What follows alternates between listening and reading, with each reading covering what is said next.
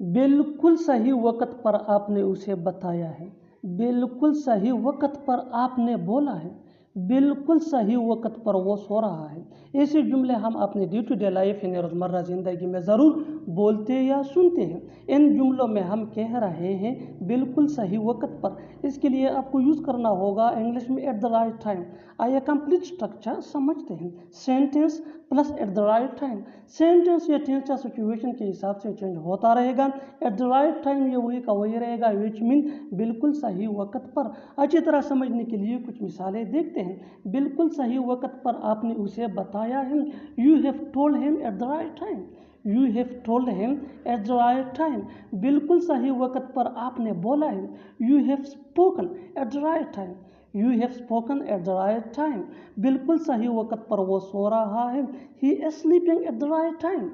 वो सरफ नाम का डॉक्टर है, तुम सरफ नाम के दोस्त हो। वो सरफ नाम की टीचर है। ऐसे जुमले हम अपने डे टू डे लाइफ यानी रोज़मर्रा ज़िंदगी में ज़रूर बोलते या सुनते हैं। इन जुमलों में हम कह रहे हैं सरफ नाम का या सरफ नाम के।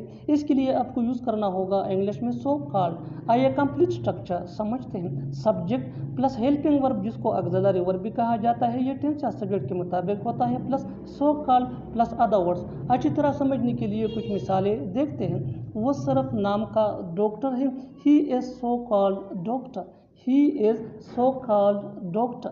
तुम सरफ नाम के दोस्त हो, you are so called friend. You are so called friend.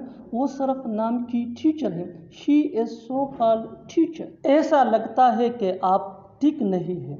ऐसा लगता है कि आप डॉक्टर हैं। ऐसा लगता है कि आप वहाँ नहीं गए थे। ऐसे जुमले हम अपने डे टू डे लाइफ यानी रोज़मर्रा ज़िंदगी में ज़रूर बोलते या सुनते हैं। इन जुमलों में हम कह रहे हैं ऐसा लगता है। इसके लिए आपको यूज़ करना होगा इंग्लिश में देयर सीम्स टू बी। आइए कंप्लीट स्ट्रक्चर देखते हैं। There seems to be plus that plus sentence. Sentence ये टेंस या सिचुएशन के हिसाब से चेंज होता रहेगा। देयर सीम्स टू बी ये वही का वही रहेगा, विच मीन ऐसा लगता है। अच्छी तरह समझने के लिए कुछ मिसालें देखते हैं। ऐसा लगता है कि आप ठीक नहीं हैं। There seems to be that you are not fine. There seems to be that you are not fine. ऐसा लगता है कि आप डॉक्टर हैं। There seems to be that you are a doctor. There seems to be that you are a doctor. ऐसा लगता है कि आप वहाँ नहीं गए थे। There seems to be that you did not go there. वो वहाँ पुलिस के रूप में गया था। तुम दोस्त के रूप में एक दुश्मन हो। वो मेहमान के रूप में मेरे घर में घुसा। ऐसे जुमले हम अपने डे टू डे लाइफ यानी रोज़मर्रा ज़िंदगी में ज़रूर बोलते या सुनते हैं। इन जुमलों में हम कह रहे हैं रूप में।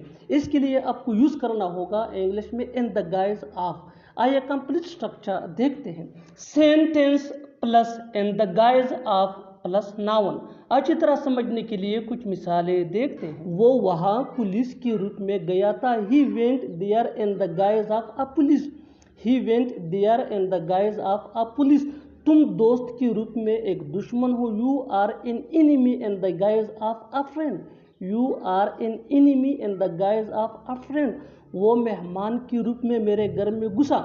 ही entered my home in the guise of a guest. He entered my home in the guise of a guest. बिल्कुल हम स्ट्रक्चर को स्टेप बाय स्टेप फॉलो कर रहे हैं। आप भी इस स्ट्रक्चर की मदद से सीख सकते हैं, बना सकते हैं। इससे बहुत सी जुमले अंग्रेजी जुबान में आसानी say that can be really helpful for you. अच्छी तरह समझने के लिए एक और मिसाल देखते हैं। One more example for better understanding. वो यहाँ डॉक्टर के रूप में आया था। वो यहाँ डॉक्टर के रूप में आया था। He came here in the guise of a doctor. He came here in the guise of a doctor. और आखिर में ये सेंटेंस आपके लिए कमेंट सेक्शन में इसका जवाब ज़रूर देना। वो एक गरीब के रूप में वहाँ गया था।